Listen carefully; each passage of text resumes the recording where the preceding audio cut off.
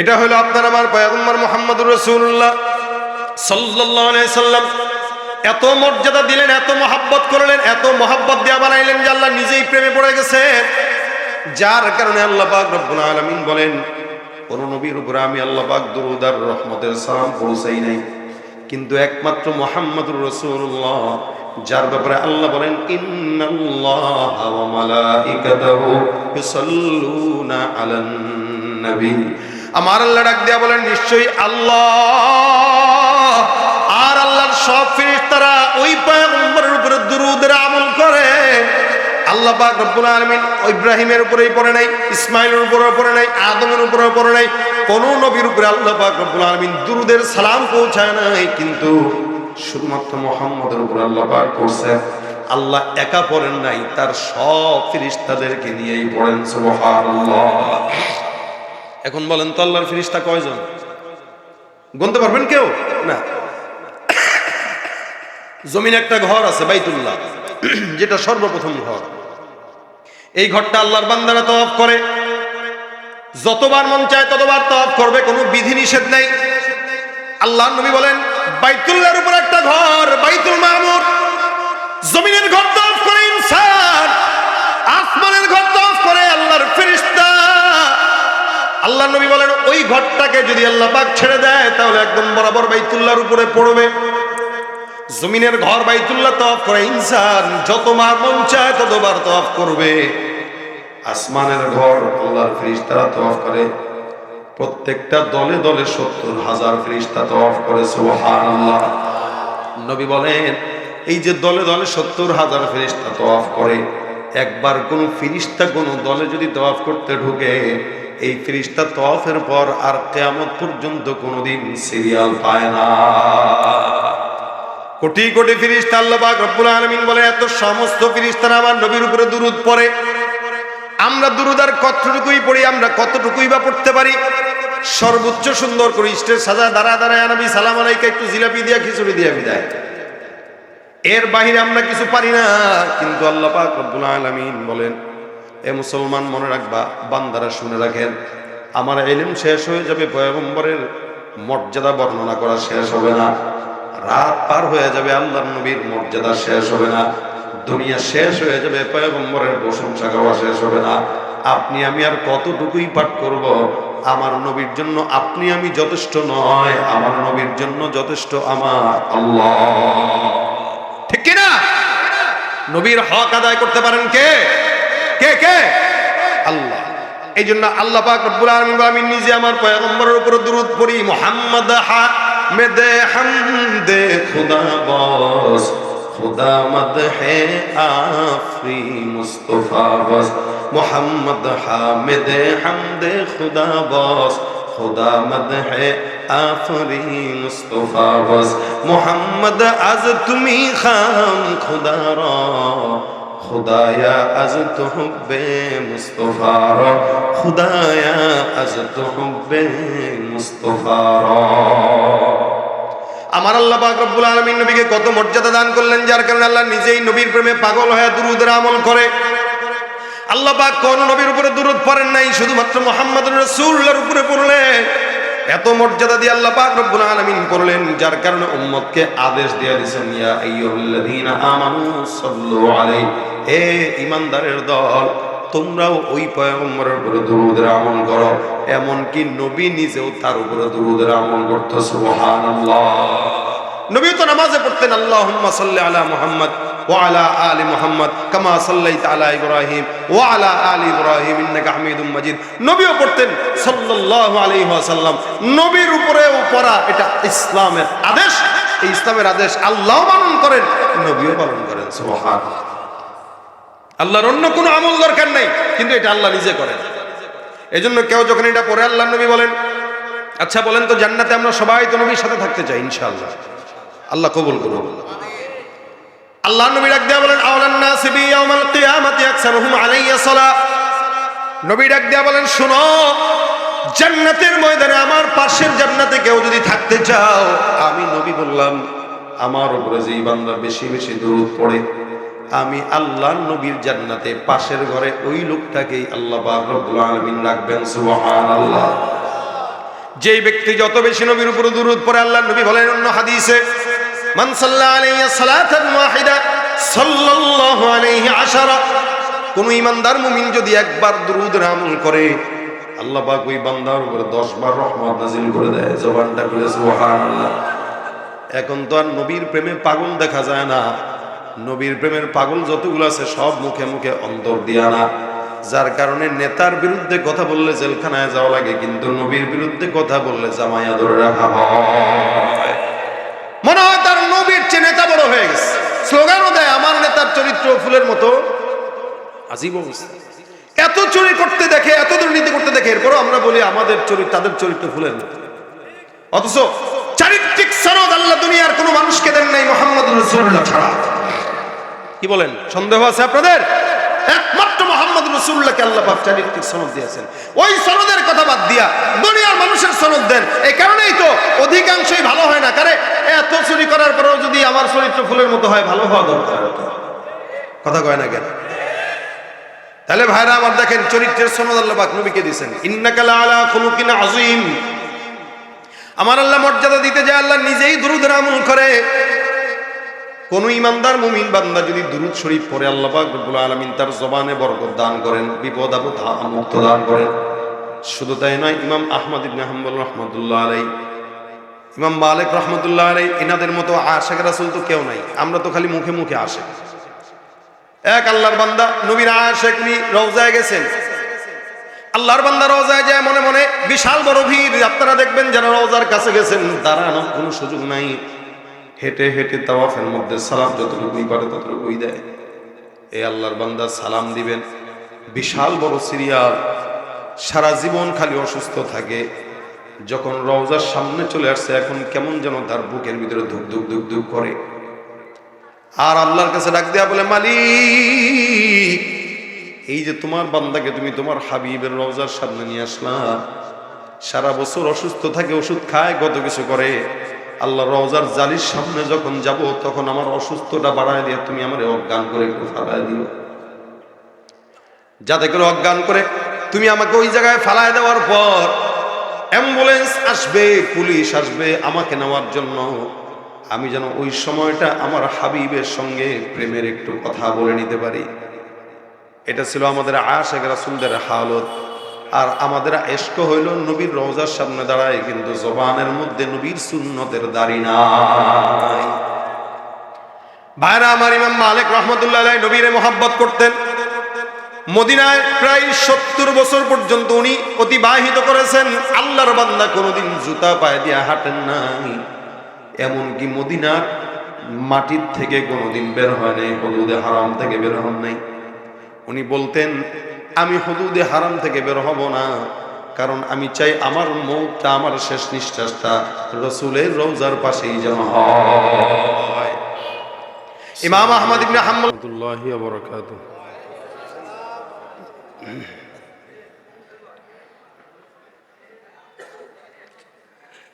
ইন্নাল হামদুলিল্লাহ الحمد لله علي الذات عظيم الصفات سميع السمات كبير الشان جليل القدر رفيع الذكر مطاع الأمر جلي البرهان فخيم الاسم عزيز العلم وسيع الحلم كثير الغفران ونشهد أن لا إله إلا الله وحده لا شريك له ونشهد أن سيدنا وسندنا وحبيبنا وحبيب ربنا وطبيبنا وطبيب قلوبنا ومولانا محمدا عبده ورسوله صلى الله عليه وعلى آله وأصحابه وبارك وسلم تسليما كثيرا كثيرا الذي أرسله الله تعالى بالحق بشيرا ونذيرا وداعيا إلى الله بإذنه وسراجا منيرا أما بعد فأعوذ بالله من الشيطان الرجيم بسم الله الرحمن الرحيم إن الله وملائكته يصلون على النبي يا أيها الذين آمنوا صلوا عليه وسلموا تسليما صدق الله مولانا العظيم وقال النبي صلى الله عليه وسلم أولى الناس بي يوم القيامة أكثرهم علي صلاة أو كما قال عليه الصلاة والسلام সকলে জবান খুলে দুরূদ শরীফ পড়ি আল্লাহুম্মা সাল্লি আলা মুহাম্মাদিন ওয়া আলা আলি মুহাম্মাদ কামা সাল্লাইতা আলা ইব্রাহিম ওয়া আলা আলি ইব্রাহিম ইন্নাকা হামিদুম মাজিদ আল্লাহুম্মা বারিক আলা মুহাম্মাদিন ওয়া আলা আলি মুহাম্মাদ কামা বারাকতা আলা ইব্রাহিম وعلى آل إبراهيم إنك حميد مجيد زيارت مدینہ کی دل میں ہے تمنا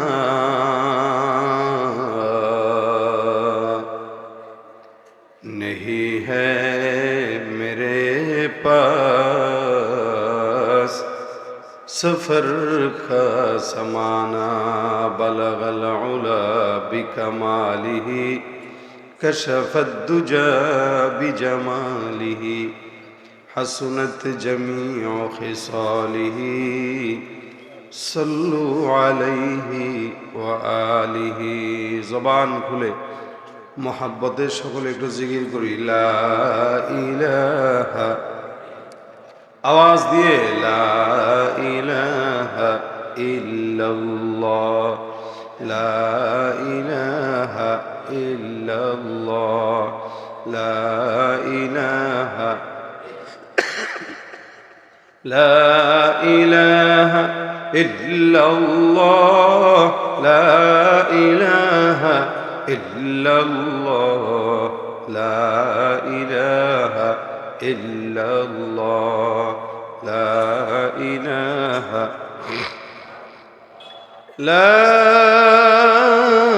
إله إلا الله محمد رسول الله صلى الله عليه وسلم الحمد لله বেলের মাঠ দারুল কোরআন হাফিজি মাদ্রাসার উদ্যোগে ৪৪তম বার্ষিক ওয়াজ মাহফিল ও হালকা জিকিরের আজকের সম্মানিত দিন প্রিয় ইসলাম প্রিয় ভাইরা, আল্লাহ পাকের দরবারে লাখো কোটি শুকর ও সুজুদ যে রব্বুল ইজ্জত আজকের এই দিনই মজমায় আমাদের সকলকে আসার বসার তৌফিক দিয়েছেন।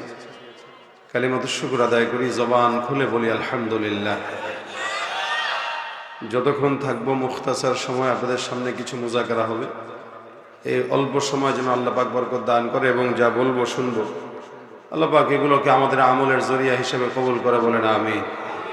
শেষ পর্যন্ত স্বতঃস্ফূর্ততার সঙ্গে থাকবেন কারা কারা হাত দুটো দেখতে চাই। নারায়ে তাকবীর। হাত নামান। যদি আপনাদের স্বতঃস্ফূর্ত জবাব থাকে কিছু কথা বলবো। বহুদূর আমি আস্তে আস্তে বলছিলাম যে অনেক দিন পরে এই অঞ্চলগুলোতে ঢুকেছি, তাও এই জায়গাগুলোতে ঢুকে হচ্ছে আমাদের মহব্বতের ভাই মনিরুল ইসলাম আইবি সাহেব, যিনি এই মাদ্রাসাকে ওনার নিজের মনে করে। আমি একবার বলেছিলাম যে ডেটটা না দিই, কারণ দূরে প্রোগ্রাম করা আমাদের জন্য একটু কষ্ট। এরপরে উনি বলছেন ভাই আমার মাদ্রাসা, এটা উনি হেফজো শেষ করছেন এই মাদ্রাসায়। ওই জায়গা থেকে ওনার মাধ্যমে, ওনার মহব্বতে, ওনার নিজস্ব প্রতিষ্ঠান আমি আমার নিজের মনে করি। এই কারণেই আজকে এত দূরে সফর করে আসা। আল্লাহ পাক যেন আমার আশাটা একদম বৃথা না যায়, সেই জায়গা থেকে আপনাদেরকে বলবো, যা আলোচনা হোক, আমি এলেমহীন আমলহীন মানুষ। আল্লাহ পাক আমার এই জবান থেকে ক্ষুদ্র ক্ষুদ্র কিছু কথা, যেটা যেন আমরা সবাই আমলের জজবা দিয়ে শুনতে পারি, আমল করার নিয়তে শুনতে পারি, বলেন আমি। আর এই পাশে যারা আছে দাঁড়ানো, আমি সবাই অনুরোধ করবো একটু ভিতরে ঢুকে যেতে। স্বেচ্ছাসেবক যারা আছেন সবাইকে ভিতরে ঢুকায় দেন, বসায় দেন, দাঁড়িয়ে যেন কেউ না থাকে। ভাইরা আমার, আমরা এখানে যারা বসা, আমাদের সবার একটা পরিচয় আছে। এখানে আমরা দলের কোনো পরিচয় আসেনি। কেউ আসছেন দলের পরিচয় যে আমি অমুক দলের তমুক দলের? না, এই দলের পরিচয় দুনিয়াতেই, আখিরাতে দলের কোনো পরিচয় চলবে না, একমাত্র ইসলাম ছাড়া। কি মনে হয় আপনাদের, নাকি সন্দেহ আছে? আখিরাতে ইসলাম ছাড়া অন্য কোনো দল পরিচয় নাই, দুনিয়াতেই যত দলাদলি আর পরিচয়। আমরা এখানে যারা আসছি, আমাদের পরিচয় আমরা এক নবীর উম্মত, এক আল্লাহর গোলাম। আসতে বললেন নাকি আপনার কাছে আপনার রাজনীতির পরিচয় বড়? নাকি ইসলামের পরিচয় বড় না রাজনীতির পরিচয় বড়? তা বলেন আমরা কি মুসলমান? আমরা কি? আমরা এক আল্লাহর গোলাম, এক নবীর উম্মত। বলেন এক আল্লাহর গোলাম, এক নবীর। এটা আপনারও পরিচয়, আমারও পরিচয়। এখানে যারা আছেন সবার পরিচয় এটাই। এর বাইরে আর কোনো পরিচয় আমাদের দ্বিতীয় থাকে না। এর বাইরে যেই পরিচয়, ওগুলো হলো ফালতু পরিচয়। এগুলো দুনিয়াতে চলার জন্য লাগে, তাই আল্লাহ দিছেন। আল্লাহ পাক বলেন, ইন্না খালাকনাকুম মিন যাকারিন ওয়া উনসা ওয়া জাআলনাকুম শুউবা ওয়া ক্বাবাইলা লিতাআরাফু। এর বাইরের যে পরিচয়, এটা হলো একে অপরের সঙ্গে পরিচিত হওয়ার জন্য, এছাড়া কিছু না। ভাই তুমি কোন দলের? আমি অমুক দলের। আপনি, আমি ওই দলের। আপনার বংশ কি? এইটা। আপনার বংশ কি? ওইটা। এটা জাস্ট খালি পরিচিত পর্ব, এছাড়া কিছু না। আল্লাহ পাক বলেন পরিচয় দিয়া লাভ নাই। এই পরিচয়ের ভিতর থেকে যেই ব্যক্তিটা সবচেয়ে বেশি মুত্তাকি আল্লাহর কাছে, তার দাম সবচেয়ে বেশি। সুবহানাল্লাহ কইতে কষ্ট লাগে আপনাদের না? আরো মনে হইতেছে আরো কমে গেছে আওয়াজ। সামনে পিছনে, পিছনের ভাইরা কি কথা বলতে জানে না? জানে? পিছনের ভাইরা জানেন কথা বলতে? জানেন যদি সবাই আওয়াজ দিয়া বলেন সুবহানাল্লাহ। আবার বলেন সুবহানাল্লাহ। এই যে বললেন তো, আল্লাহ পাক রব্বুল আলামিনের হাবিব বলেন, ইন্না ফিল জান্নাতি লাশাজারা। কেউ একবার সুবহানাল্লাহ বলেছে তো আল্লাহ পাক তার জান্নাতে একটা গাছ লাগাই দিয়েছেন। এখন যারা বলেছেন তাদের জান্নাতে একটা গাছ লেগে গেছে। আবার বলেছেন তো আরেকটা লেগে গেছে, সুবহানাল্লাহ। আবার বললেন তো আরেকটা লেগে গেছে। যত বলবেন তত লাগবে। জবান খুলে বলেন সুবহানাল্লাহ। কত বড় গাছ! নবী সাল্লাল্লাহু আলাইহি ওয়াসাল্লাম বলেন, একটা দ্রুতগামী ঘোড়া এই গাছের গোড়া যদি দৌড়ায়, মিনিমাম 500 বছর পর্যন্ত দৌড়াইলেও সেই গাছের গোড়া শেষ করতে পারবে না। এখন আসেন, একটা ঘোড়ার দৌড় কতটুকু স্পিড? আপনারা যারা হুন্ডা চালান কত স্পিডে চালাইতে পারেন? 100, 120, 10। এর বেশি চালাইলে আর বাঁচার দরকার নাই।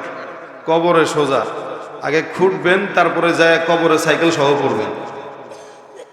এর বেশি চলে না। আমরা প্রাইভেট সর্বোচ্চ, আমি নিজে যেটা চালাইছি সেটা বলবো না, কারণ ক্যামেরা ট্যামেরা আছে তো, ঝামেলা আছে।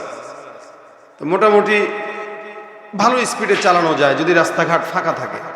কিন্তু কতটুকু আর ঘড়ির মিটার, গাড়ির মিটার 180-তে দাও, আপনি 70-এ চালাইতে পারবেন। সর্বোচ্চ টেনে হেসতে 70-এর উপরে উঠতে পারবেন, কিন্তু ইঞ্জিনে ধোয়া উঠে যাওয়ার সম্ভাবনা আছে।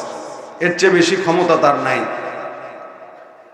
আমি গত কয়েক বছর আগে একবার মক্কা থেকে মদিনায় সফরে যাচ্ছিলাম। হঠাৎ করে আমাদের বাস চলতেছে, তো স্বাভাবিক আরবে যেই গাড়িগুলো চলে বা দেশের বাইরে যে গাড়িগুলো চলে, এগুলো মিনিমাম 120 গতিতে চলে, মিনিমাম। এটা তার একদম কমন একটা স্পিড।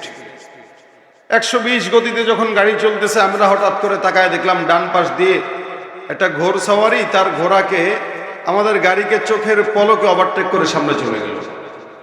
তা আমার গাড়ি যদি চলে 120-এ, না হইলেও এই ঘোড়ার দৌড় আছে 180। আমরা কিছুক্ষণ তাকায় রইলাম অবাক হয়ে। ধুলা উঠতেছে, মনে হইল 10-15 সেকেন্ডের বেশি সময় লাগে নাই, আমাদের চোখে ধুলা দিয়ে সে উধাও হয়ে গেছে মরুভূমিতে। তার মানে এই ঘোড়াটা না হইলেও 200 কিলোমিটারের বেশি গতিতে চলছে। ইঞ্জিন আছে কোনো? কথা কয় না এরা। ভাই আমি আগেই বলে দিই, আপনাদের আওয়াজ স্বতঃস্ফূর্ত যেমন ফিডব্যাক আসবে, আমার আলোচনা তেমনই হবে। কারণ আপনারা কবরস্থানের নীরবতা বানায় রাখবেন আর মনে করবেন বক্তা আপনাদেরকে উল্টায় দিবে একদম দুনিয়া। এত সহজ না। সারা বছর প্রোগ্রাম করি, এত জুত নাই গলার। আপনারা গলা বাঁচাইবেন, আমি গলা বাঁচায় কথা বলবো। আপনারা যদি সজাগ থাকেন, ওয়াজও হবে, ফাঁকে দু একটা গজলও শোনাবো। এখন আপনাদেরকে আমি ঠেলে ঠেলে গজল শোনানোর মতো কোনো ইচ্ছা আমার নাই। এখন আপনারা কি করবেন সেটা আপনাদের হিসাব। কথা যদি আমার সাথে বলেন তাহলে আলোচনা আমি করব, যদি না বলেন তাহলে চুপচাপ চোখ বন্ধ করে ওয়াজ করে চলে যাওয়ার যোগ্যতা আল্লাহ আমার দিয়েছে। সুতরাং আপনারা কোনটা করবেন এটা আপনাদের হিসাব। খালি হাত করে তাকায় থাকেন না চেহারার দিকে, হা করে না তাকায় ব্যাট কায় খালি খালি হু হা করা লাগে। বউর লগে বসছেন স্বামী একসাথে, খালি যদি বউ খালি এমনি আসে স্বামী কবে কি রে এটা ব্যাক করলে কি, যদি আই লাভ ইউ কইলে আই লাভ ইউ টু তো বলা লাগে। তা আমি আপনাকে আই লাভ ইউ করতেছি, আপনারা টু ও কন্যা হু ও কন্যা কি আমরা দেখতে পারেন না নাকি? হ্যাঁ, তা আওয়াজ টাওয়াজ দিলে ওয়াজ হবে, গজল হবে। আর নইলে চুপচাপ আমি আলোচনা করে চলে যাই। একটা বারও জিজ্ঞাসা করবো না ভাই ঠিক না ভাই ঠিক, কিচ্ছু জিজ্ঞাসা করবো না, আমি আমার মতো চলে যাব। আপনারা যেই স্যার আমিও তেই স্যার বলে দিলাম, আর দ্বিতীয়বার যেন বলতে না হয়। দেখেন, একটা ঘোড়ার যদি এত স্পিড হয়, দ্রুতগামী একটা ঘোড়ার যদি এত স্পিড হয়, তাহলে আল্লাহ পাক রব্বুল আলামিন দুনিয়ার ঘোড়ার এই হালত হলে জান্নাতের যেই ঘোড়া ওইটা কত বড় স্পিডওয়ালা হবে এটা তো বোঝাই যায়। নবী সাল্লাল্লাহু আলাইহি সাল্লাম বলেন, যেই জান্নাতের গাছ লাগবে সুবহানাল্লাহর বিপরীতে এটার ঘোড়া এত বড়, দ্রুতগামী ঘোড়া 500 বছর দৌড়াইলেও শেষ করতে পারবে না। তার মানে দৌড়াইতেই থাকবে, দৌড়াইতেই থাকবে, দৌড়াইতেই থাকবে। সুবহানাল্লাহ। যতক্ষণ বসা থাকবেন আওয়াজ হবে। আবার বলেন সুবহানাল্লাহ, আলহামদুলিল্লাহ, আল্লাহু আকবার। আল্লাহ কবুল করুক, বলেন আমিন। ভাইরা আমার, আমরা নবীর উম্মত, আমি আগেই বলেছি আমরা নবীর উম্মত, এটা আমাদের পরিচয়। এছাড়া যেটা এটা পরিচয়টা শুধু পর্বের জন্য, লিতাআরাফু, যাতে পরিচিত হওয়ায়। আল্লাহ পাক আমাদেরকে আখিরি নবীর উম্মত হিসেবে যেরকম সম্মান দিয়েছেন, এরকম সম্মান পূর্ববর্তী কোন নবীর উম্মতকে আল্লাহ পাক দেন নাই। আমাদেরকে যেটা দিয়েছেন কেমন, আমরা সবার আগে জান্নাতে যাব, তারপরে সব নবীর উম্মতরা সিরিয়াল ধরবে। সিরিয়াল কাদের আগে? আমাদের আগে। আমাদের নবীর দিক থেকে আমাদের নবী সবার চেয়ে দামি, আর উম্মতের দিক থেকে আমরা সবার চেয়ে দামি। নবীর দিক থেকে আমাদের নবী, আর উম্মতের দিক থেকে বলেন না, আমরা কারা? আমরা। নবীর দিক থেকে মুহাম্মদুর রাসূলুল্লাহ, উম্মতের দিক থেকে আমরা। কত সম্মান আল্লাহ পাক দিয়েছেন। কিয়ামতের ময়দানে 120 কাতার উম্মত হবে, 120 কাতার। 120 কাতারের ভিতরে নবী বলেন 40 কাতার উম্মত সমস্ত নবীদের উম্মত, আদম থেকে ঈসা পর্যন্ত যত নবী আছে সব নবীর উম্মত, মাত্র 40 কাতার। বাকি 80 কাতার হবে।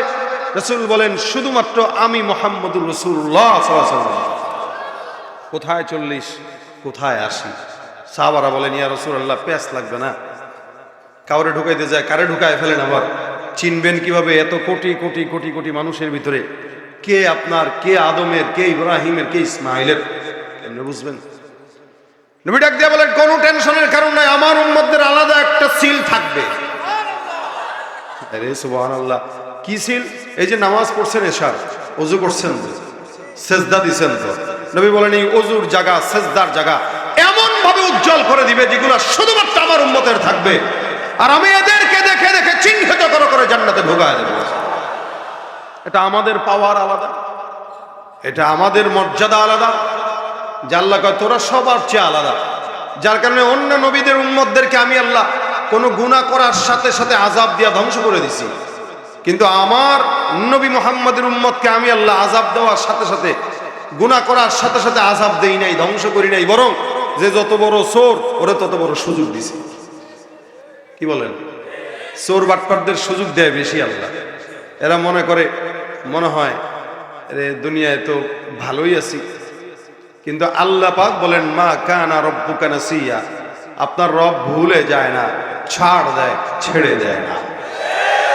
চুরি কর, আরো সুযোগ দিলাম, আরো 5 বছর, আরো 5 বছর, আরো 5 বছর দিতেই থাকলাম। কত চুরি করবি? অবশেষে হালও তেমন হবে, পলানোর জায়গা পাবি না।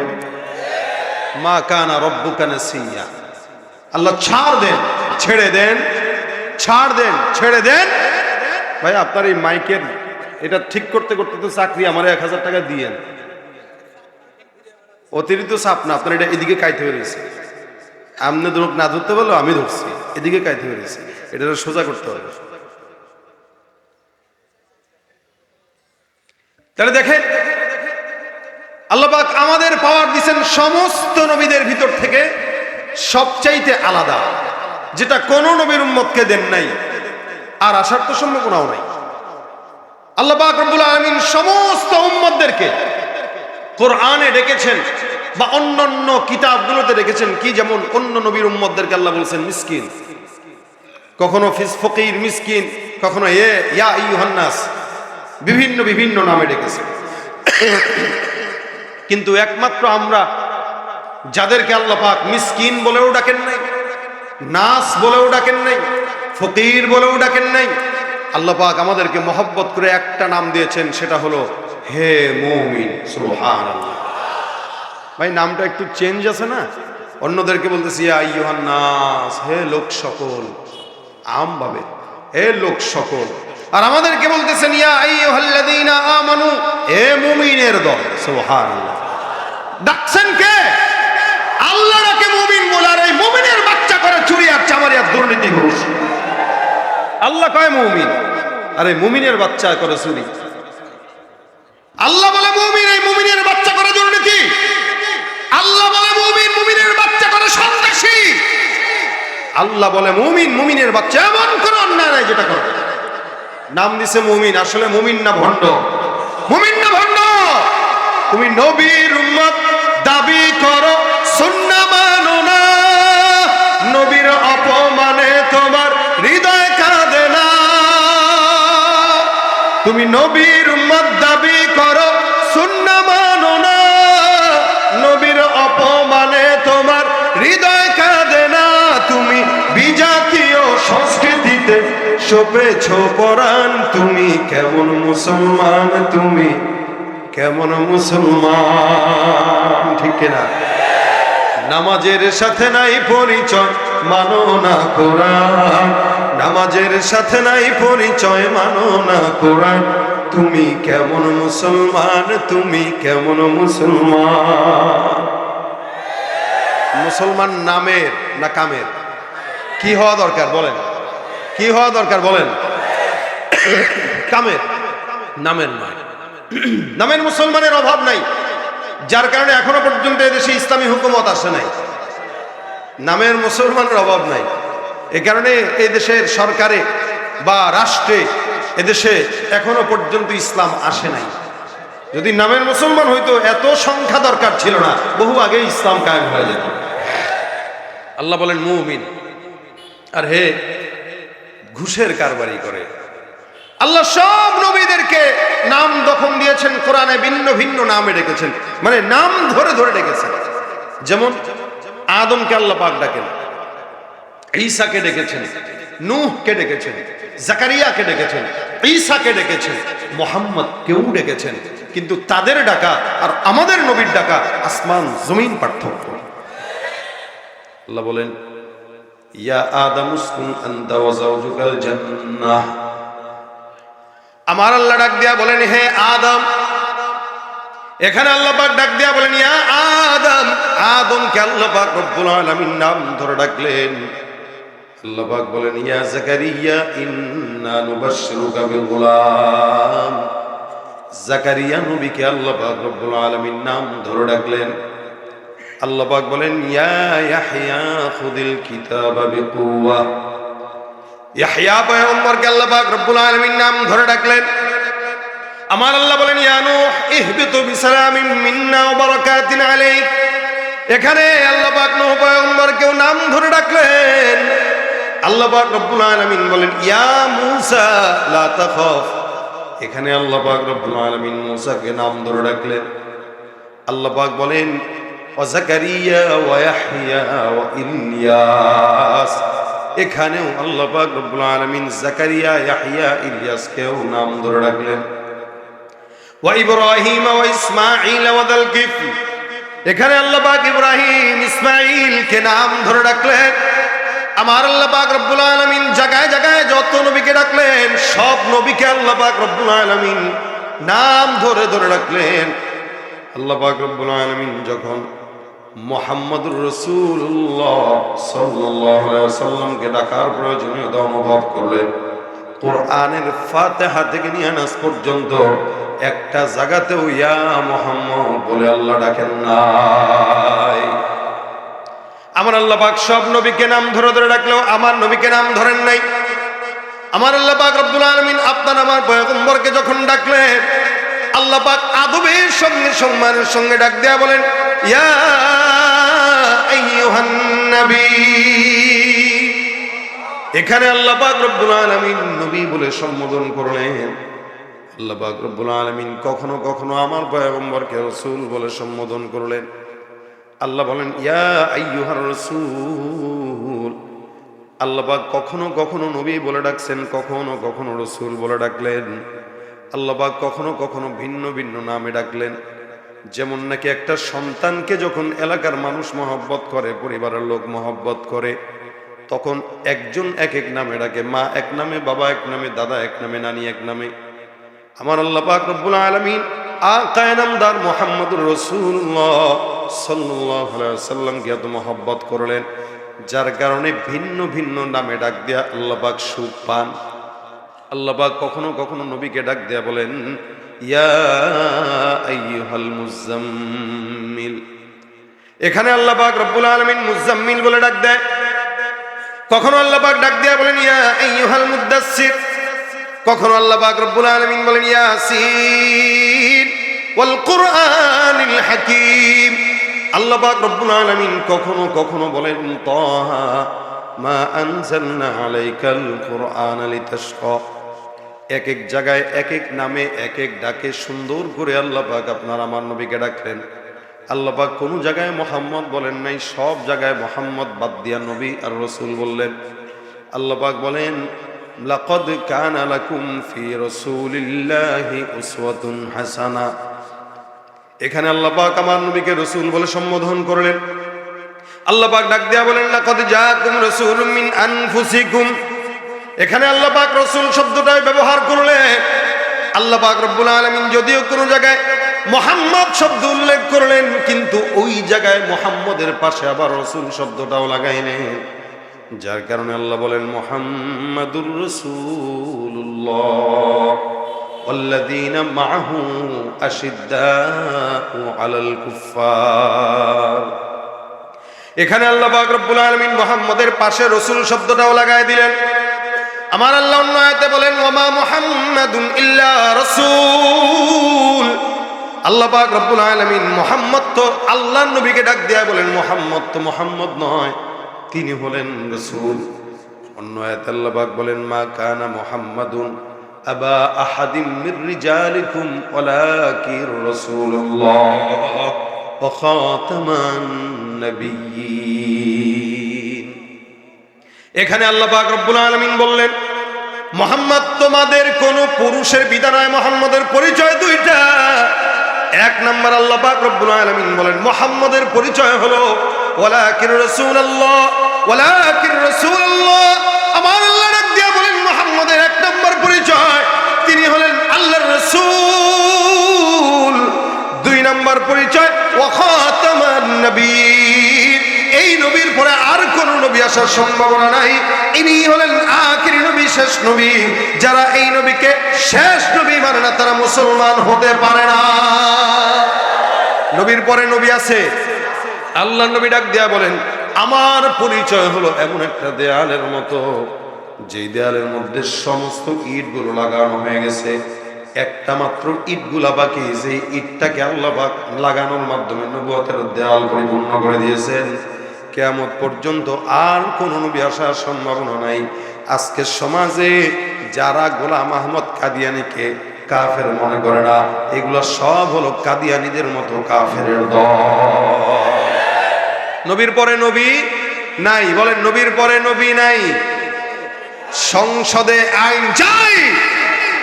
এদেশে রাষ্ট্র ক্ষমতার পালা বদল বারবার দেখেছি।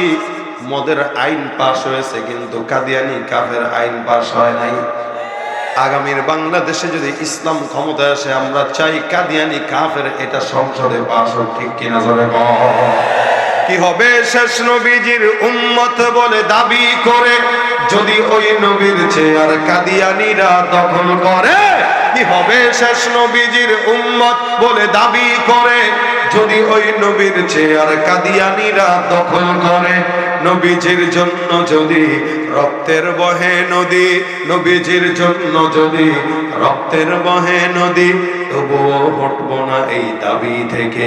কি হবে বেঁচে থেকে অযথা বিদ্যা শিখে, যদি না করতে পারি শোষণবিহীন সমাজটাকে? কথা ধরে বলতে হবে কাদিয়ানী কি। ভাইরা আমার, আল্লাহ পাক রব্বুল আলামিন পরিচয় তুলে ধরলেন। মুহাম্মদের শেষ পরিচয় ওয়ালাকিন রাসূলুল্লাহ ওয়া খাতামান নবিয়্যিন। অর্থাৎ কোরআনের মধ্যে আল্লাহ পাক কোন জায়গায় মুহাম্মদকে শুধু মুহাম্মদ বলেন নাই, লকব দিয়ে দিয়ে ডাকছেন। আল্লাহ পাক আপনাকে আমাকে এই কথা আবার স্বীকারোক্তি দিয়ে দিলেন, লা তাজসুল বাইনাকুম কাদুআই বা'দিকুম বা'দা। হে মুমিনের দল, তোমরা নবীকে অন্যান্য মানুষকে যেভাবে ডাক দাও, আল্লাহ নবী মুহাম্মদুর রাসূলুল্লাহকে সেমনে ডাকবা না। আল্লাহ পাক রব্বুল আলামিন কেমনে ডাকবে এটাও পয়গম্বরের উম্মতদেরকে শিখায় দিলেন। শুধু তাই নয়, নবীর সামনে কথা কিভাবে বলবে আল্লাহ পাক সেটাও শিখায় দিয়ে বললেন, লা তারফাউ আসওয়াতাকুম ফাওকা সাওতিন নবী। খবরদার, নবীর সামনে যখন কথা বলবা তখন এলোমেলো কথা বলবা না, গলা উঁচু করে কথা বলবা না। নবীর সামনে কথা বলার সময় সতর্ক থাকবা, যাতে রসুলের কথার উপরে তোমার কথার আওয়াজ না যায়। সুবহানাল্লাহ। এত মর্যাদা আল্লাহ পাক রব্বুল আলামিন আপনার আমার নবীকে দান করলেন। হে মুসলমান, সেই নবীর উম্মত আমরা। আল্লাহ পাক যেমন নাকি মর্যাদার দিক থেকে সর্বোচ্চ বানাইছেন, সৌন্দর্যের দিক থেকে আল্লাহ পাক সবচাইতে সুন্দর বানাইছেন। যার কারণে এই গোটা দুনিয়াতে যত মানুষ আছে, সব মানুষের মধ্যে সবচাইতে সুন্দর মুহাম্মদুর রাসূলুল্লাহ সাল্লাল্লাহু আলাইহি ওয়াসাল্লাম। সব কিছু আল্লাহ পাক আদেশ দিয়া বানাইলেও আপনার আমার নবীকে আল্লাহ পাক নিজের হাতে মহব্বত করে ভালোবেসে বানিয়েছে। একদিন কবি হাসান বিন সাবিত রাদিয়াল্লাহু তাআলা আনহু, আপনারা কি নাম শুনছেন ওনার? কবি হাসান বিন সাবিত, আমরা যাদের উত্তরসূরি। উনি কবিতার চর্চা করতেন। নবী করিম সাল্লাল্লাহু আলাইহি ওয়াসাল্লাম যার কারণে আলাদা একটা মেম্বার বানিয়ে দিয়েছেন যে তুমি বসে বসে আমার নিয়ে কবিতা লিখবা আর কাফেরদের বিরুদ্ধে কবিতা লিখবা। একদিন হাসান বিন সাবিত রাসূলের চেহারার দিকে তাকায় আছেন, আহ কি সুন্দর। নবী বসা, তো সে নিচে বসা। নবীর ডাক দিয়ে তাকায় তাকায় দেখতেছেন। নবী বলে, কি দেখো গো হুজুর আপনাকে? সাহাবা আজমাইন এটাই ছিল, রাসূলের মহব্বতের চেহারায় তাকায় থাকতো। 3 দিন 4 দিনের ক্ষুধা পর্যন্ত নবীর চেহারা একবার দেখার সাথে সাথে নিবারণ করত। এটা ছিল সাহাবা আজমাইনদের রাসূলকে দেখার একটা প্রেম, একটা নেশা। এক সাহাবীর যুদ্ধের ময়দানে চোখ খুলে গেছে, জিহাদের ময়দানে গেছে, তো তোর একটা তীর এসে চোখে লেগে চোখ খুলে গেছে। এই চোখ হাতের ভিতরে নিয়ে রাসূলের কাছে দৌড় দিয়েছে। ডাক দিয়া কে রাসূলুল্লাহ, চোখটা একটু লাগায় দেন। চোখ একটা আছে একটা নাই, বুঝেন অবস্থা। যুদ্ধের ময়দান থেকে চোখ হারায়া চোখটা হাতে নিয়ে নবীর কাছে আসছে। হুজুর চোখটা একটু লাগায় দেন। নবী ডাক দেয়া কয়, সবর করো, যুদ্ধের জন্য ঈমানের জন্য চোখ হারাইছো, তো চোখের বিনিময়ে আল্লাহ তোমার জান্নাত দান করবে। রাসূলের কথা যেটা, চোখের বিনিময়ে জান্নাত দিবেন। সাহাবী কয়, হুজুর আল্লাহর কাছে কি জান্নাতের কোনো অভাব পড়ছে? কয় না, সেটা তো পড়ে নাই। কয় তাহলে আমার চোখ নিয়ে আল্লাহ আমাকে জান্নাত দেওয়া লাগবে কেন? বুঝেন নাই কথা আপনারা? প্রশ্নটা কি যুক্তি না অযৌক্তিক? আল্লাহর কাছে জান্নাতের অভাব আছে বলে না, তাহলে আমার চোখ নিয়ে কেন জান্নাত দেওয়া লাগবে হুজুর? আমি চোখও চাই, আল্লাহর জান্নাতও চাই। নবী বলেন বাপরে বাপ, কাম তো সারছে। নবী যেই জামানায় থাকবো, বেঁচে থাকবো, চোখ একটা থাকবে না। এক চোখ দিয়ে আপনারা দেখে তো মন ভরে না, দুই চোখ দিয়েই তো দেখে মন ভরতে পারি না, এক চোখ দিয়ে কিভাবে মন ভরে? নবী চোখটা লাগায় দেন। রাসূল সাল্লাল্লাহু আলাইহি ওয়াসাল্লাম তার বরকতি হাতে চোখ নিয়ে সাহাবের এখানে লাগায় দিয়েছেন। সাহাবী বলতেছেন, ইয়া রাসূলুল্লাহ, আগে যেটা ছিল ভালো, ওই ভালোটার চাইতে এটা যেন পাওয়ার বেশি বেড়ে গেছে। জামানায় থাকবো আর আপনাকে দেখবো না, এটা কেমনে হয়? সাহাবাদের প্রেম ছিল এটা, নবীকে দেখার জন্য পাগল। আম্মা জান আয়েশা বলেন, কখনো কখনো ঘরের ভিতরে লাইট নিভানো। প্রত্যেকটা মানুষের একটা সূর্য আছে, সকালবেলা উদিত হয়। লানা শামসুল ওয়ালিল আফাক শামসাল্লাহর নবীর আম্মা জান আয়েশা রাদিয়াল্লাহু তাআলা আনহা বলেন, প্রত্যেকটা মানুষের একটা সূর্য আছে যেটা সকালবেলা উদিত হয়। আমি আয়েশার একটা সূর্য আছে, প্রতিদিন এশার নামাজের পর আমার ঘরের মধ্যে উদিত হয়। আম্মা জান আয়েশা কখনো কখনো সুই দিয়া কিছু সেলাই করতেন। ঘরের ভিতরে যদি বাতি নিভে যাইতো, নবী সাল্লাল্লাহু আলাইহি ওয়াসাল্লাম ঘরে তাশরীফ আনার পর আম্মা জান আয়েশা দেখতেন যে আমার সুইটা রাসূলের চেহারার বরকতে খাটের কর্নারে পড়ে আছে, দেখতে পেতাম। নবীর চেহারা এত বরকতময়, জাবের ইবনে সামুরা রাদিয়াল্লাহু তাআলা আনহু বর্ণনা করেন, আমি একবার উঠানের মধ্যে পয়গম্বরের চেহারার দিকে নজর দিয়ে দেখলাম আল্লাহর নবী লাল দোরা কাটা একটা কাপড় দিয়া সুন্দর করে উঠানের মধ্যে বসা। আল্লাহর নবীর সাহাবী জাবের বিন সামুরা বলেন, আমি আসমানের চাঁদের দিকে তাকাইলাম। আসমানে একটা চাঁদ জ্বলজ্বল করতেছে, জমিনের ভিতরে পয়গম্বর মুহাম্মদুর রাসূলুল্লাহ সাল্লাল্লাহু আলাইহি ওয়াসাল্লাম বসা। আমি একবার আসমানের চন্দ্রের দিকে তাকাই, একবার আমার বরকতি নবীর চেহারার দিকে তাকাই, আল্লাহর নবীর চেহারার দিকে তাকাই, বরকতি আসমানের চাঁদের দিকে তাকাই। জাবের রাদিয়াল্লাহু তাআলা ডাক দিয়া বলেন, আল্লাহর কসম, আমার কাছে মনে হলো ওই আসমানের পূর্ণিমার চাঁদের চাইতে আমার নবীর চেহারা কোটি গুণে বেশি সুন্দর। হাসান বিন সাবিত নবীর চেহারার দিকে তাকায় তাকায় দেখে আর কয়, ইয়া রাসূলুল্লাহ, আপনার চেহারা দেখলে প্রেমে পড়ে যায়। নবী একটা কবিতা মনে আসছে, বলবো নি? নবীরে ডাক দিয়া বলতেছেন, হাসান বিন সাবিত, নবী একটা কবিতা মনে আসছে, মাথায় আসছে, আপনারা নিয়ে লিখবো নি? রাসূলকে লেখো। হাসান বিন সাবিত কবিতা রাসূলের চেহারার দিকে তাকায় তাকায় তাকায় তাকায় লেখে, ওয়া আহসানু মিন কালাম তারাকাতু আইনি ওয়া আজমালু মিন কালাম তালিদিন নিসা খুলিকতা মুবাররাআম মিন কুল্লি আইবিন কাআন্নাকা ক্বাদ খুলিকতা কামা তাশা। হাসান বিন সাবিত ডাক দিয়া বলেন, ওয়া আহসানু মিন কালাম তারাকাতু আইনি। এ দুনিয়ার কবিরা শুনে রাখো, কবি কবিতা লেখে তার ডার্লিং নিয়ে, যে হারাম সম্পর্ক তার নিয়ে লেখে, যত নষ্টামি ছড়ায় এই কবিতার মাধ্যমে, কিন্তু হাসানের কবিতা তার জন্য নাজাতের উসিলা হয়ে গেছে। রাসূলকে বলেন, ইয়া রাসূলুল্লাহ, ওয়া আহসানু মিন কালাম তারাকাতু আইনি, এই দুনিয়াতে আমার চোখ আপনার চেয়ে সুন্দর কোন মানুষকে জিন্দেগিতে দেখেনি। আপনি এত সুন্দর, কত মানুষ দেখলাম এই জমিনে, কত মানুষ হাজার হাজার, কিন্তু আমার চোখ আপনার চেয়ে সুন্দর কাউকে কোনদিন দেখেনি। ও আজমালু মিন কালাম তালিদিন নিসা, জমিনে যত মানুষ আছে, মা বোনরা আছে, আদম পয়গম্বর থেকে আজ পর্যন্ত কোন নারী কোনদিন আপনার চাইতে বরকতময় কোন পুরুষ জন্ম দেয় নাই। সুবহানাল্লাহ।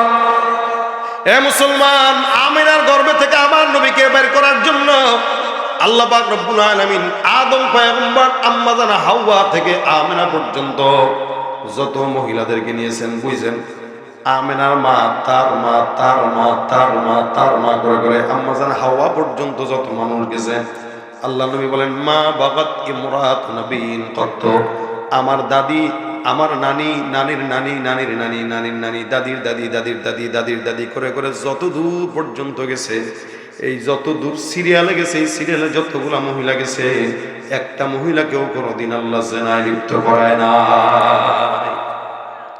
আমাকে বাঁচানোর জন্য এক বিন্দু পরিমাণে কেউ যদি বলতে না পারে মুহাম্মদের নানির দাদি অথবা তার দাদি ওর তো চরিত্রে ঝামেলা ছিল, এটা যেন কেউ বলতে না পারে। এই জন্য হাওয়া থেকে নিয়ে আমিনা পর্যন্ত প্রত্যেকটা মহিলা ছিল পুত পবিত্র, এবং দুনিয়াতে তারা একদম পুত পবিত্র অবস্থায় আল্লাহ পাক তাদেরকে হেফাজত রেখেছে। এই জন্য হাসান বিন সাবিত বলে, কোন নারী আপনার মতো কোন পুরুষ জন্ম নেয় নাই আমেনা ছাড়া। খুলিকতা মুবাররাআম মিন কুল্লি আইব, আল্লাহ পাক রব্বুল আলামিন আপনাকে এমন ভাবে সৃষ্টি করলো যেন জমিনের সমস্ত আইব ত্রুটি থেকে আল্লাহ পাক আপনাকে একদম বেছে বেছে বানাইছেন। একটা বিন্দু পরিমাণ চুল পরিমাণ কোন ত্রুটি আপনার সৃষ্টির মধ্যে রাখেন নাই। এই জন্য শামাইলে রাসূলের বর্ণনা আছে, নবী সাল্লাল্লাহু আলাইহি ওয়াসাল্লাম যেখানে যেমন দরকার ছিল আল্লাহ পাক তাকে তেমন সুন্দর বানায় দিতেন। সুবহানাল্লাহ। দেখবেন অধিক সাদা যারা একদম সাদা দেখলে কেমন কেমন রোগী রোগী লাগে, তাদের সঙ্গে যখন নবী মিশত নবীরে হলদে বর্ণের সুন্দর মনে হতো, দুধে আলতা এমন সুন্দর। আর যদি কোনো লম্বা মানুষের সঙ্গে মিশত যেন নবীকে খাটো মনে না হয়, আল্লাহ পাক তার মত করেই সাইজ দিয়ে দিতেন। আর যদি অধিক খাটো মানুষের সঙ্গে মিশত তখন তার চেয়ে একটু লম্বা বানায় দিতেন। সুবহানাল্লাহ। এ মুসলমান, যখন যেমন আল্লাহ পাক আমার নবীকে তখন তেমন বানাইছেন। কাআন্নাকা কদ খুলিকতা কামা তাশা, যেন আপনি যেমন চেয়েছেন, আল্লাহ যেমন চেয়েছেন তেমনি আপনারে বানাইছে। এটা হলো আপনার আমার পয়গম্বর মুহাম্মদুর রাসূলুল্লাহ সাল্লাল্লাহু আলাইহি সাল্লাম। এত মর্যাদা দিলেন, এত মহব্বত করলেন, এত মহব্বত দিয়া বানাইলেন যে আল্লাহ নিজেই প্রেমে পড়ে গেছেন। যার কারণে আল্লাহ পাক রব্বুল আলামিন বলেন, কোন নবীর উপরে আমি আল্লাহ পাক দরুদ আর রহমতের সালাম পৌঁছাই নাই, কিন্তু একমাত্র মুহাম্মদুর রাসূলুল্লাহ, যার ব্যাপারে আল্লাহ বলেন ইন্নাল্লাহা ওয়া মালাইকাতাহু ইউসাল্লুনা আলান নবী। আমার আল্লাহ ডাক দিয়া বলেন, নিশ্চয়ই আল্লাহ আর আল্লাহর সব ফেরেশতারা ওই পয়গম্বরের উপরে দুরূদের আমল করে। আল্লাহ পাক রব্বুল আলামিন ইব্রাহিমের উপরেই পড়ে নাই, ইসমাইলের উপরেও পড়ে নাই, আদমের উপরেও পড়ে নাই, কোন নবীর উপরে আল্লাহ পাক রব্বুল আলামিন দুরূদের সালাম পৌঁছায় নাই, কিন্তু শুধুমাত্র মুহাম্মদের উপরে আল্লাহ পাক পড়ছেন।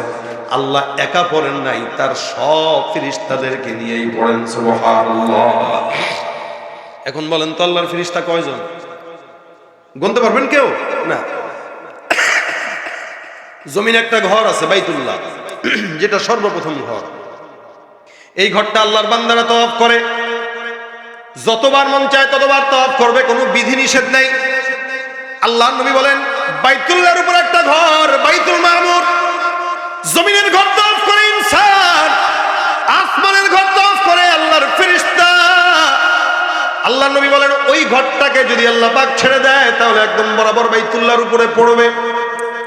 জমিনের ঘর বাইতুল্লাহ তওয়াফ করে ইনসান, যতবার মন চায় ততবার তওয়াফ করবে।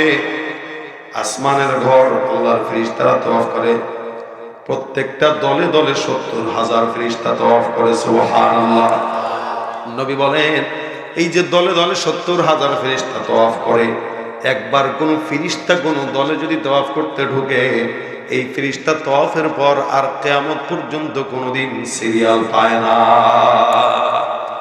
কোটি কোটি ফেরেশতা আল্লাহ পাক রব্বুল আলামিন বলে, এত সমস্ত ফেরেশতারা আমার নবীর উপরে দুরূদ পড়ে। আমরা দুরূদ আর কতটুকুই পড়ি, আমরা কতটুকুই বা পড়তে পারি?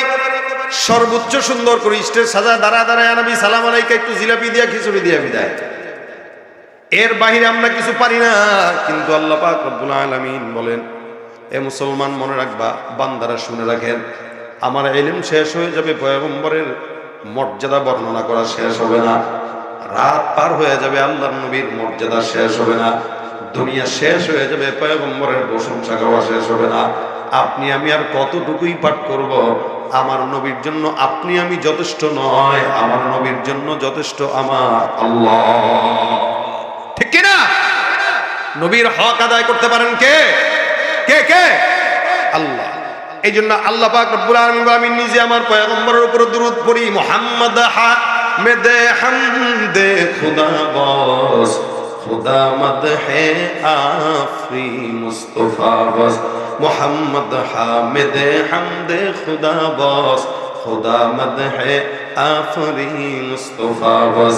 মুহাম্মদ আজ তুমি খাম খুদা রা, খুদায়া আজ তো হুব্বে মুস্তাফা রা, খুদায়া আজ তো হুব্বে মুস্তাফা রা। আমার আল্লাহ পাক রব্বুল আলামিন নবীকে কত মর্যাদা দান করলেন, যার কারণে আল্লাহ নিজেই নবীর প্রেমে পাগল হয়ে দুরুদের আমল করে। আল্লাহ পাক কোন নবীর উপরে দুরূদ পড়েন নাই, শুধুমাত্র মুহাম্মদুর রাসূলুল্লাহর উপরে পড়লেন। এত মর্যাদা দিয়ে আল্লাহ পাক রব্বুল আলামিন করলেন, যার কারণে উম্মতকে আদেশ দিয়ে দিয়েছেন, ইয়া আইয়ুহাল্লাযীনা আমানু সাল্লু আলাইহি, হে ঈমানদারের দল, তোমরাও ওই পয়গম্বরের উপরে দুরূদের আমল করো। এমনকি নবী নিজেও তার উপরে দুরূদের আমল করত। সুবহানাল্লাহ। নবী তো নামাজে পড়তেন, আল্লাহুম্মা সাল্লি আলা মুহাম্মদ ওয়া আলা আলি মুহাম্মদ কামা সাল্লাইতা আলা ইব্রাহিম ওয়া আলা আলি ইব্রাহিম ইন্নাকা হামিদুম মাজিদ। নবীও পড়তেন সাল্লাল্লাহু আলাইহি ওয়াসাল্লাম। নবীর উপরেও পড়া এটা ইসলামের আদেশ। এই ইসলামের আদেশ আল্লাহ পালন করেন, নবীও পালন করেন। সুবহানাল্লাহ। আল্লাহর অন্য কোনো আমল দরকার নাই, কিন্তু এটা আল্লাহ নিজে করেন। এজন্য কেউ যখন এটা পড়ে আল্লাহ নবী বলেন, আচ্ছা বলেন তো জান্নাতে আমরা সবাই তো নবীর সাথে থাকতে চাই ইনশাআল্লাহ। আল্লাহ কবুল করুন। আল্লাহ নবী ডাক দেয়া বলেন, আওলান নাসি বি ইয়াউমাল কিয়ামাতি আকসারুহুম আলাইয়া সালাহ। নবী ডাক দেয়া বলেন, শোনো, জান্নাতের ময়দানে আমার পাশের জান্নাতে কেউ যদি থাকতে চাও, আমি নবী বললাম, আমার উপরে যেই বান্দা বেশি বেশি দরুদ পড়ে, আমি আল্লাহ নবীর জান্নাতে পাশের ঘরে ওই লোকটাকেই আল্লাহ পাক রব্বুল আলামিন রাখবেন। সুবহানাল্লাহ। যেই ব্যক্তি যত বেশি নবীর উপরে দুরূদ পড়ে, আল্লাহ নবী বলেন অন্য হাদিসে, মান সাল্লা আলাইহি সালাতান ওয়াহিদা সাল্লাল্লাহু আলাইহি আশারা। কোন ঈমানদার মুমিন যদি একবার দুরূদের আমল করে, আল্লাহ পাক ওই বান্দার উপরে 10 বার রহমত নাযিল করে দেয়। জবানটা খুলে সুবহানাল্লাহ। এখন তো আর নবীর প্রেমে পাগল দেখা যায় না। নবীর প্রেমের পাগল যতগুলো আছে সব মুখে মুখে অন্তর দিয়া না, যার কারণে নেতার বিরুদ্ধে কথা বললে জেলখানায় যাওয়া লাগে, কিন্তু নবীর বিরুদ্ধে কথা বললে জামাইয়া ধরে রাখা হয়। মনে হয় তার নবীর চেয়ে নেতা বড় হয়ে গেছে। স্লোগানও দেয়, আমার নেতার চরিত্র ফুলের মতো। আজীব অবস্থা। এত চুরি করতে দেখে, এত দুর্নীতি করতে দেখে, এরপরও আমরা বলি আমাদের চরিত্র, তাদের চরিত্র ফুলের মতো। অথচ চারিত্রিক সনদ আল্লাহ দুনিয়ার কোনো মানুষকে দেন নাই মুহাম্মদুর রাসূলুল্লাহ ছাড়া। কি বলেন, সন্দেহ আছে আপনাদের? একমাত্র মুহাম্মদুর রাসূলুল্লাহকে আল্লাহ পাক চারিত্রিক সনদ দিয়েছেন। ওই সনদের কথা বাদ দিয়া দুনিয়ার মানুষের সনদ দেন। এই কারণেই তো অধিকাংশই ভালো হয় না। কারণ এত চুরি করার পরেও যদি আমার চরিত্র ফুলের মতো হয়, ভালো হওয়া দরকার। কথা কয় না কেন? তাহলে ভাইরা আমার দেখেন, চরিত্রের সনদ আল্লাহ পাক নবীকে দিয়েছেন। ইন্নাকা লাআলা খুলুকিন আযীম। আমার আল্লাহ মর্যাদা দিতে যায়, আল্লাহ নিজেই দুরূদের আমল করে। কোন ঈমানদার মুমিন বান্দা যদি দুরূদ শরীফ পড়ে, আল্লাহ পাক রব্বুল আলামিন তার জবানে বরকত দান করেন, বিপদ আপদ মুক্ত দান করেন। শুধু তাই নয়, ইমাম আহমদ ইবনে হাম্বল রাহমাতুল্লাহ আলাইহি, ইমাম মালিক রাহমাতুল্লাহ আলাইহি, এনাদের মতো আশিক রাসূল তো কেউ নাই। আমরা তো খালি মুখে মুখে আশিক। এক আল্লাহর বান্দা নবীর আশিক, উনি রওজায় গেছেন। আল্লাহর বান্দা রওজায় যায়, মনে মনে বিশাল বড় ভিড়। আপনারা দেখবেন যারা রওজার কাছে গেছেন, দাঁড়ানোর কোনো সুযোগ নাই। হেঁটে হেঁটে তাওয়াফের মধ্যে সালাম যতটুকুই পারে ততটুকুই দেয়। এই আল্লাহর বান্দা সালাম দিবেন, বিশাল বড় সিরিয়াল, সারা জীবন খালি অসুস্থ থাকে। যখন রওজার সামনে চলে আসছে, এখন কেমন যেন তার বুকের ভিতরে ধুক ধুক ধুক ধুক করে। আর আল্লাহর কাছে ডাক দেয়া বলে, মালিক, এই যে তোমার বান্দাকে তুমি তোমার হাবিবের রওজার সামনে নিয়ে আসলা, সারা বছর অসুস্থ থাকে, ওষুধ খায়, কত কিছু করে। আল্লাহ রওজার জালির সামনে যখন যাব, তখন আমার অসুস্থটা বাড়ায় দিয়ে তুমি আমার অজ্ঞান করে একটু ফালায় দিও, যাতে করে অজ্ঞান করে তুমি আমাকে ওই জায়গায় ফালায় দেওয়ার পর অ্যাম্বুলেন্স আসবে, পুলিশ আসবে আমাকে নেওয়ার জন্য, আমি যেন ওই সময়টা আমার হাবিবের সঙ্গে প্রেমের একটু কথা বলে নিতে পারি। এটা ছিল আমাদের আশিক রাসূলদের হালত। আর আমাদের ইশক হইল নবীর রওজার সামনে দাঁড়ায়, কিন্তু জবানের মধ্যে নবীর সুন্নতের দাড়ি নাই। ভাইরা আমার, ইমাম মালিক রাহমাতুল্লাহ আলাইহি নবীরে মুহাব্বত করতেন। মদিনায় প্রায় 70 বছর পর্যন্ত উনি অতিবাহিত করেছেন। আল্লাহর বান্দা কোনোদিন জুতা পায়ে দিয়ে হাঁটেন নাই, এমনকি মদিনার মাটির থেকে কোনোদিন বের হয় নাই, হুদুদে হারাম থেকে বের হন নাই। উনি বলতেন, আমি হুদুদে হারাম থেকে বের হব না, কারণ আমি চাই আমার মৌতটা, আমার শেষ নিঃশ্বাসটা রাসূলের রওজার পাশেই যেন হয়। ইমাম আহমদ ইবনে হাম্বল রাহমাতুল্লাহ আলাইহি অনেক বড় একজন ইমাম। উনি একবার 3-4 দিন পর্যন্ত না খাওয়া, আল্লাহর বান্দা পিপাসার্ত ক্ষুধার্ত অবস্থায় নবীর রওজার সামনে গেলেন। যাওয়ার পর রওজার সামনে রাসূলের সামনে সালাম দেওয়ার শিকায়ত করতেছেন, ইয়া রাসূলুল্লাহ, আপনার সাহাবা আজমাইনরা ক্ষুধার যন্ত্রণা আপনাকে একবার যদি দেখতো 3 দিনের ক্ষুধা নিবারণ হয়ে যেত। আমি ক্ষুধার যন্ত্রণা আপনার কাছে আসলাম, আমি তো আপনাকে দেখতে পারবো না। নবী তাদেরকে আপনি দেখা দেন, সামনে সামনে দেখা দিয়েছেন, যার কারণে তারা সরাসরি আপনাকে দেখে ক্ষুধা নিবারণ করলো। কিন্তু আমি নালায়েক, যার কারণে আমি আপনাকে সরাসরি দেখি নাই। কিন্তু সরাসরি না দেখলেও স্বপ্নে তো আপনি দেখা দিবেন। রাসূলের রওজার সামনে যায় ইমাম আহমদ ইবনে হাম্বল রাহমাতুল্লাহি আলাইহি সুন্দর করে শিকায়াত করে আল্লাহ নবীর নামে দুরূদ পড়তে পড়তে রওজার সামনে ঘুমায় গেছে। এখন তো ভিড় বেড়ে গেছে, যার কারণে রওজার সামনে ঘুমানোর চিন্তাও করা যায় না। আমি নিজেই 2015 সালে যখন যাই তখন একদম খালি। ওই যে রওজাতুম মিন রিয়াজিল জান্নাহ, এই জায়গায় কত রাত সময় কাটানো হয়েছে। হাজী সাহেবদের দিন যত যাচ্ছে সমস্ত লৌকিকতাগুলো বাড়তেছে, যার কারণে ভিড়ও বাড়ে। এই যে ভিড় বাড়তেছে, ইবাদত নাই, যত মানুষ সামনে যায় সবগুলা মোবাইল নিয়ে ব্যস্ত, নবীকে সালাম দিতে ব্যস্ত থাকে না। খাটিয়া আশিকে রাসূল যারা নবীর রওজার সামনে যায় তারা নিজেদেরকে স্থির রাখতে পারে না। এ আল্লাহর বান্দা রাসূলের রওজার সামনে যায় ডাক দিয়া বলে, ইয়া রাসূলুল্লাহ, আপনাকে বলতেছি, আপনার সাহাবা আজমাইন আপনাকে দেখে দেখে ক্ষুধা নিবারণ করত। আমি আপনার সামনে আসলাম, দেখতে পারি নাই। দয়া করে পয়গম্বর, আপনি আমার ক্ষুধাটা একটু নিবারণ করে দেন। এই কথা বলে দুরূদ পড়তে পড়তে আল্লাহর বান্দা ঘুমায় গেলেন। ঘুমের ভিতরে স্বপ্নের মধ্যে তাকায় দেখেন ডান পাশে আবু বকর, বাম পাশে ওমর বসা। পিছন থেকে হযরত আলী তাকে ধাক্কা দিয়া ডাক দিয়া বলে, এ ইমাম আহমদ ইবনে হাম্বল, তাড়াতাড়ি উঠে যাও। ঘুমের ভিতরে আল্লাহর বান্দা স্বপ্নের ভিতরে দেখে আবু বকর আর ওমর, ওদিক দিয়ে আলী রাদিয়াল্লাহু তাআলা তারে ডাক দিয়া বলে, তাড়াতাড়ি উঠো, আকা নামদার মুহাম্মদুর রাসূলুল্লাহ আসবে। ইমাম আহমদ ইবনে হাম্বল রাহমাতুল্লাহ আলাইহি লাফ দিয়ে জেগে যায়, তাকায় দেখে পয়গম্বর হাজির। আল্লাহর নবী সাল্লাল্লাহু আলাইহি সাল্লাম হাজির হয়ে হাতের ভিতরে রুটির টুকরা নিলেন। আবু বকরকেও এক টুকরা ছেড়ে দিলেন, ওমরকেও এক টুকরা ছেড়ে দিলেন, আলীর হাতে এক টুকরা ছেড়ে দিলেন, আর এক টুকরা আহমদ ইবনে হাম্বলের হাতের মধ্যে ধরায় দিলেন।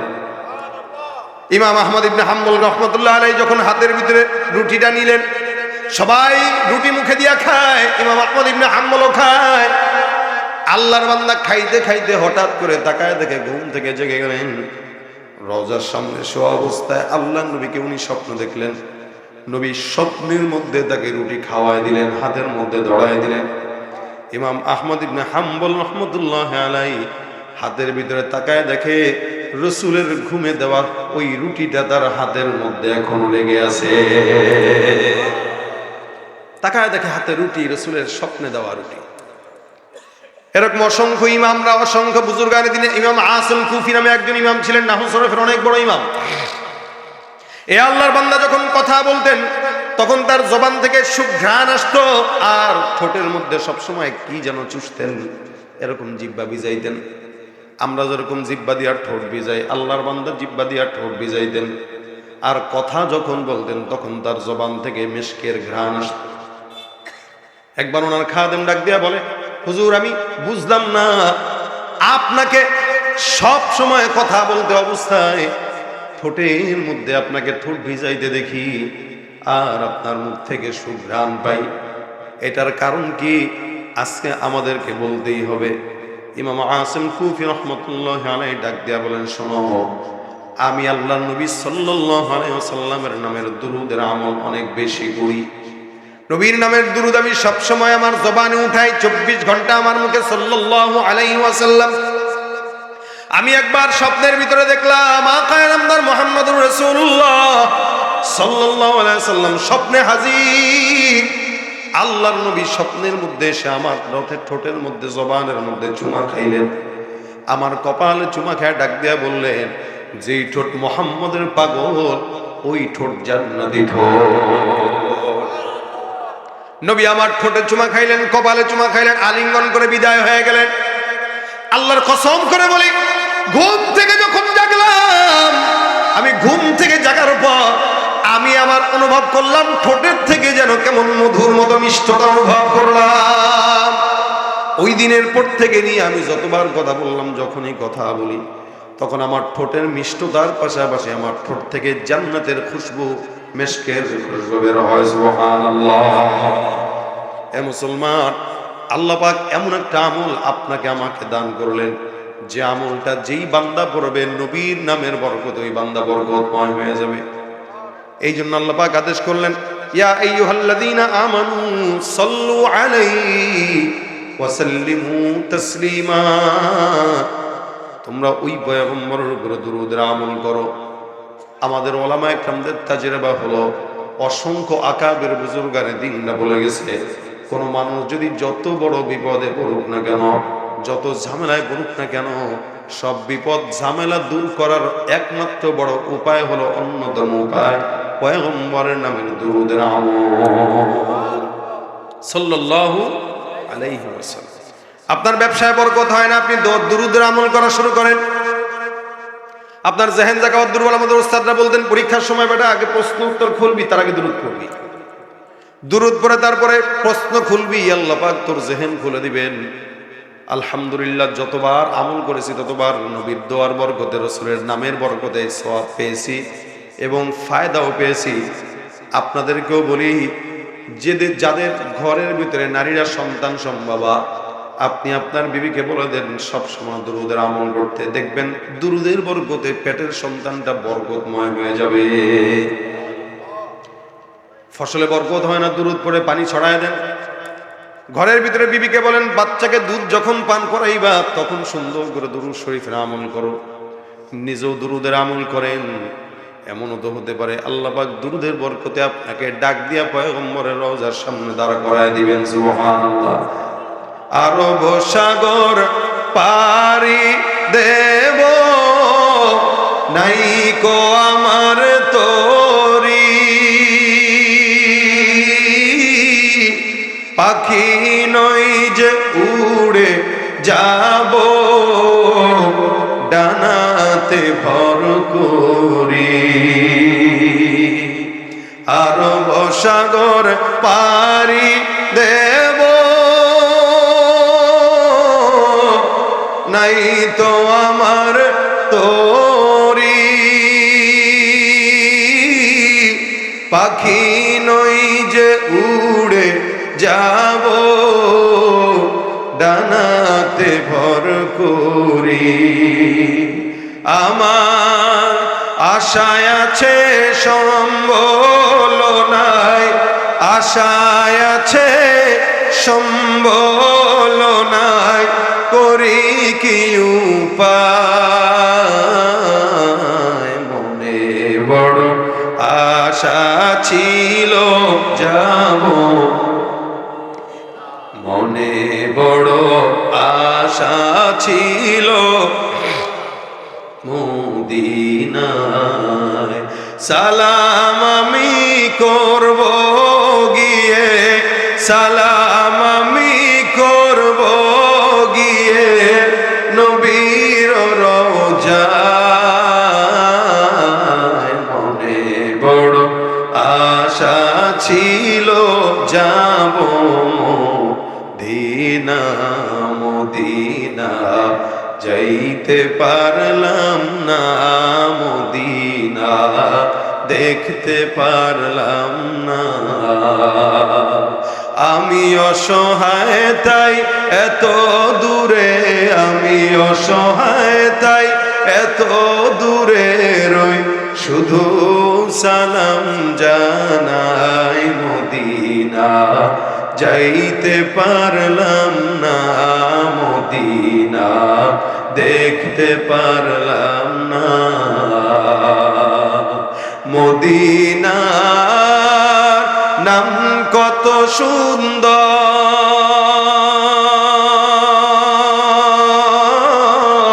মদিনা কেড়েছে অন্তর।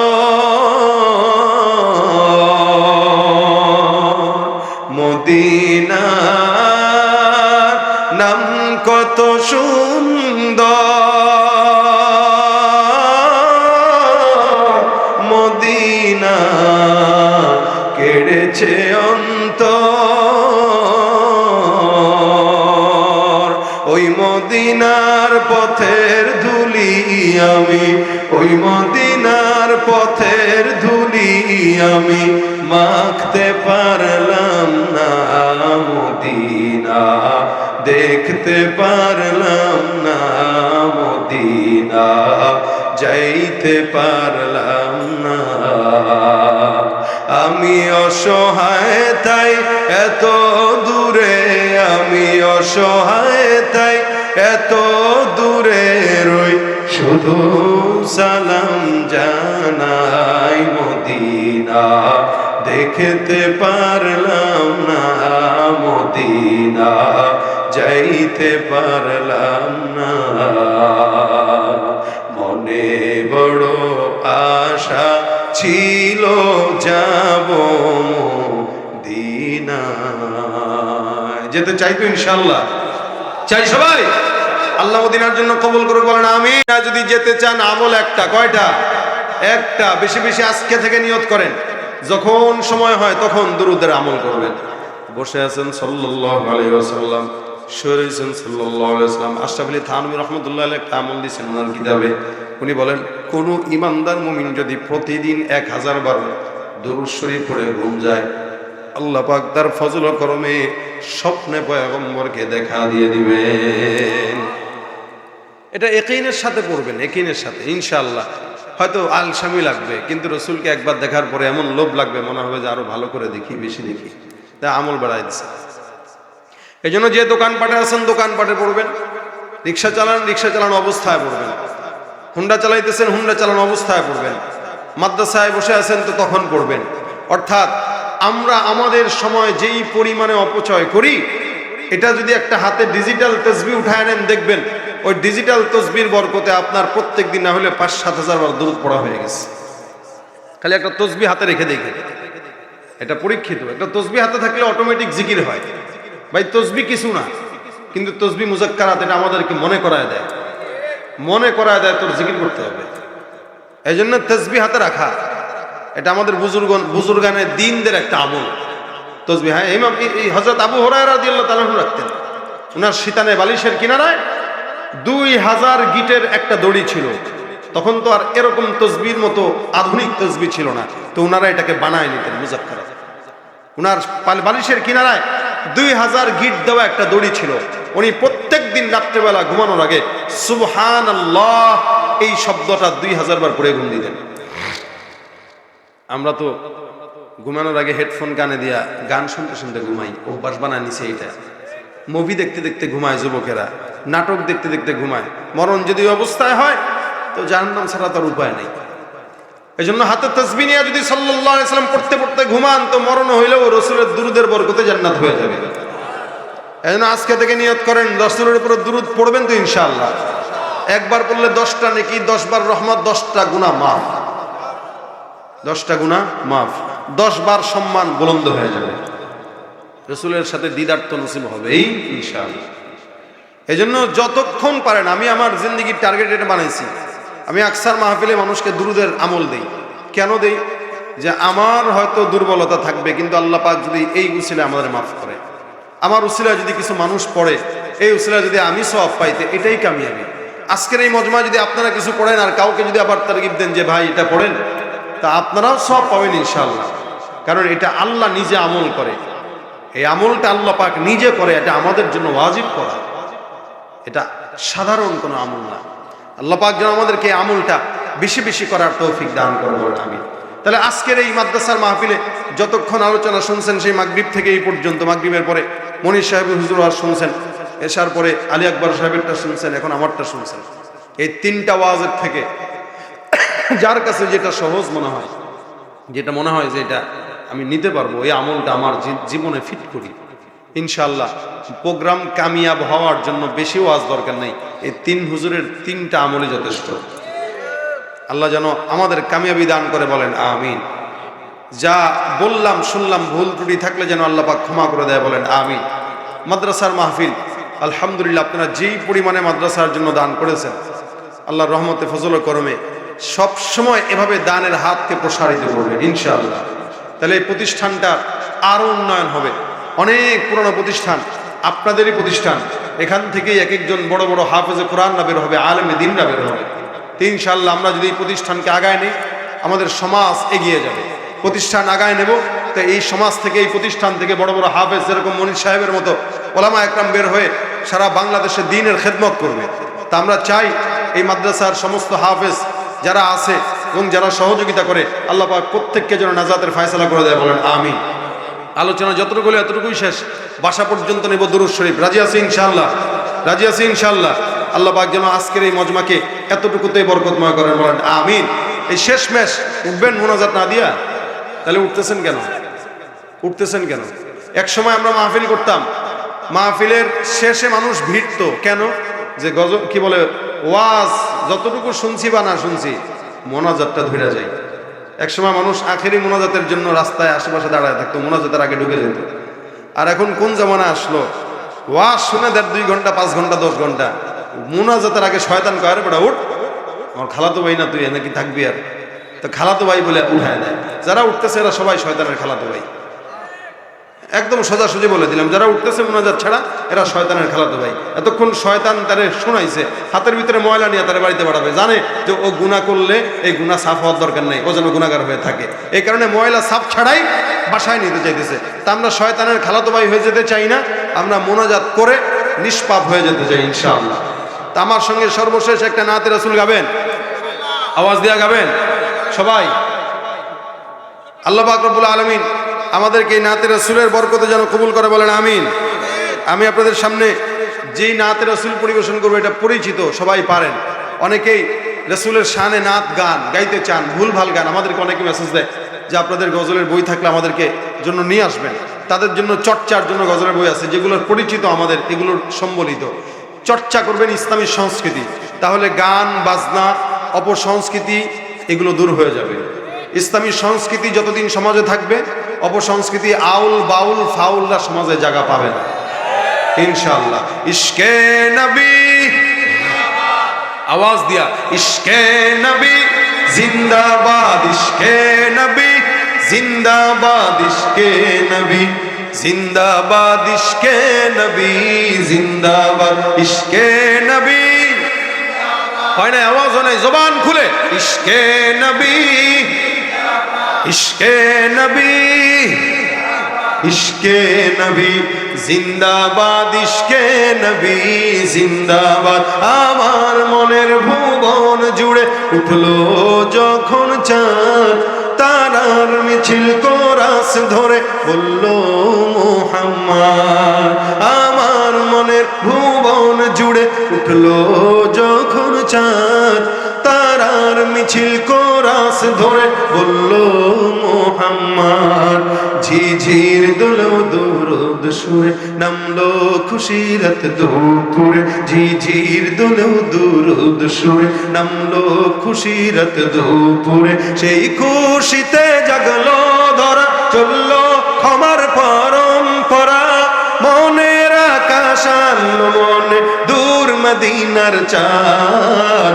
ইশকে নবী, ইশকে নবী, ইশকে নবী জিন্দাবাদ, ইশকে নবী, ইশকে নবী, ইশকে নবী জিন্দাবাদ, ইশকে নবী, ইশকে নবী, ইশকে নবী জিন্দাবাদ, ইশকে নবী জিন্দাবাদ। রক্ত কণায় দফায় দফায় উঠে শিহরণ, মুহাম্মাদের নামের সুরে গায়ে পাখি যখন, আকুল সুরে শিল্পী কবি গাইলে প্রেমের নাতে নবী, আকুল সুরে শিল্পী কবি গাইলে প্রেমের নাতে নবী। মন হয়ে যায় পাগল পারা, নামায় দু চোখ অশ্রু ধারা, দিল পরিবেশ দুরুদ সুরে চায় দিদারের সার। ইশকে নবী, ইশকে নবী, ইশকে নবী জিন্দাবাদ, ইশকে নবী, ইশকে নবী, ইশকে নবী জিন্দাবাদ, ইশকে নবী, ইশকে নবী, ইশকে নবী জিন্দাবাদ, ইশকে নবী জিন্দাবাদ সাল্লাল্লাহু আলাইহি ওয়াসাল্লাম। আমরা দুরূদ শরীফ পড়ি। আল্লাহুম্মা সাল্লি আলা মুহাম্মাদিন ওয়া আলা আলি মুহাম্মাদ কামা সাল্লাইতা আলা ইব্রাহিম وعلى آل إبراهيم إنك حميد مجيد اللهم بارك على محمد وعلى آل محمد كما باركت على إبراهيم وعلى آل إبراهيم إنك حميد مجيد أستغفر الله ربي من كل ذنب وأتوب إليه لا حول ولا قوة إلا بالله العلي العظيم মেহেরবানি করে সবাই দোয়া করব যারা আজকে মাদ্রাসায় দান করেছে, দেশ থেকে প্রবাস থেকে। আল্লাহ পাক যেন সকলে